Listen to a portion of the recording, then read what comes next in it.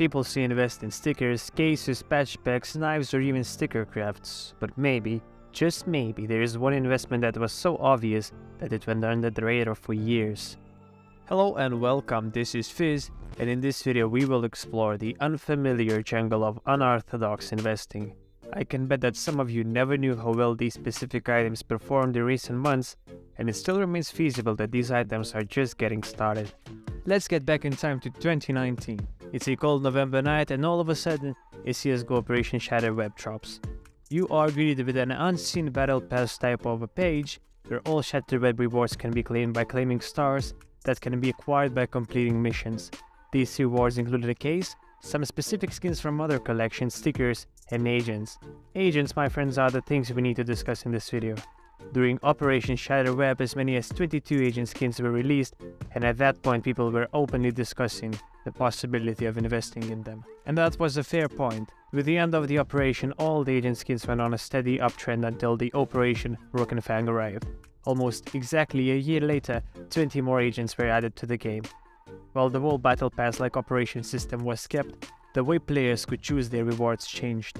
If a year before every player had to get some agents, with the stars progression now the players had an opportunity to spend their 100 stars the way they wanted. While this opened the door to an infinite number of these agents, this wasn't the case. In fact, the supply numbers for these agents may have been the lowest ever since.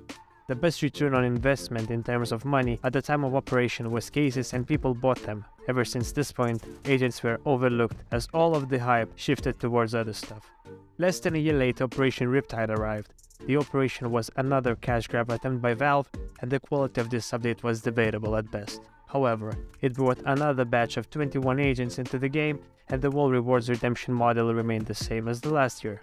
People could mass buy cases, and agents were basically left in the dark. At this point, we have built an exclusivity narrative. New agents are only available during the operation, and once the operation ends, their supply can only go down. These words are the foundation for the good old supply and demand narrative. As the supply is limited, agents' prices are expected to remain the same or increase. Ever since the global health crisis erupted in 2020, the CSGO's player base has been growing. Maybe this is the answer to the demand part. The more people play, the more likely to buy these agents. At least that's the accepted narrative in the investing community regarding other investments. With these things in mind, we have a solid basis for a nice investment. Let's see how some of these agents performed in the past. According to csgo.com, almost every agent went up in price after the respective operations ended. The only type of agents that went down in price is Team Master Operation Riptide agents. Since I could not find information on how the return on investment was calculated here, let's just assume that they took the price you could buy agents for during the operation. If we look at some specific agents, for instance the Master agents from the Broken Fang, the price kept increasing even with short lapses of downfall during the release of various sales and one operation.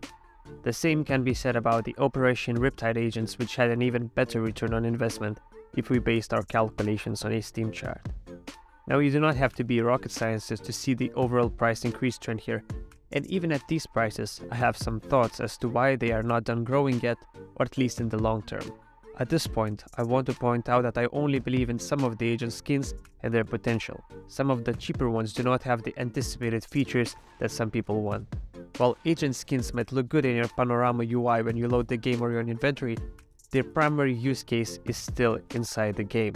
Since CSGO is a first-person game, you won't be able to see your agent skin, unless you choose the right ones. Some traders and high-end skins collectors prefer some agents as they have nice-looking hands, watches and other accessories that look appealing with some knives or gloves. Even though this is an integral part of a game, I think that the other subject is by far more attractive thing to some players. Every CSGO lover wants to have their game customized, and the only way to customize callouts and some sounds in the game is by having agents. Only some agents have the unique voice feature, which can be the price action fuel going forwards. At this point I subjectively picked some agents that look good to me. Their prices are kind of high at the moment, but not only do they have clean hands that match with different knives and gloves, but their voice lines are also somewhat annoying in a good way too. As for the city side agents, my favorite one is the Blueberries one, as I found those sleeves really underrated in game. In the end, the best performing agents might not be the most expensive ones, as it all comes down to small details. We all have different tastes, so choosing the most appealing agents is up to you. At this point, we also need to address another customization option that every agent has. You can choose patches from various patch packs and apply these to your preferred agents. Some of the patches are highly cheap, while some team patches are getting more and more expensive. Now it's hard to find agents with top-notch patches applied for market price, but if you can find one, that's a perfect deal. In the end, these agent skins are actually something that you can buy and use as a play skin investment. So far, that narrative has been historically validated, and it can no longer be overlooked as more and more data points to them being a limited supply item unless Valve pulls another random surprise on us. Now, please remember that I'm not a financial advisor and every investment carries a substantial risk. Please do your own research. Thank you for watching the video, I hope you liked it. If you have any suggestions or questions, feel free to post them in the comment section down below.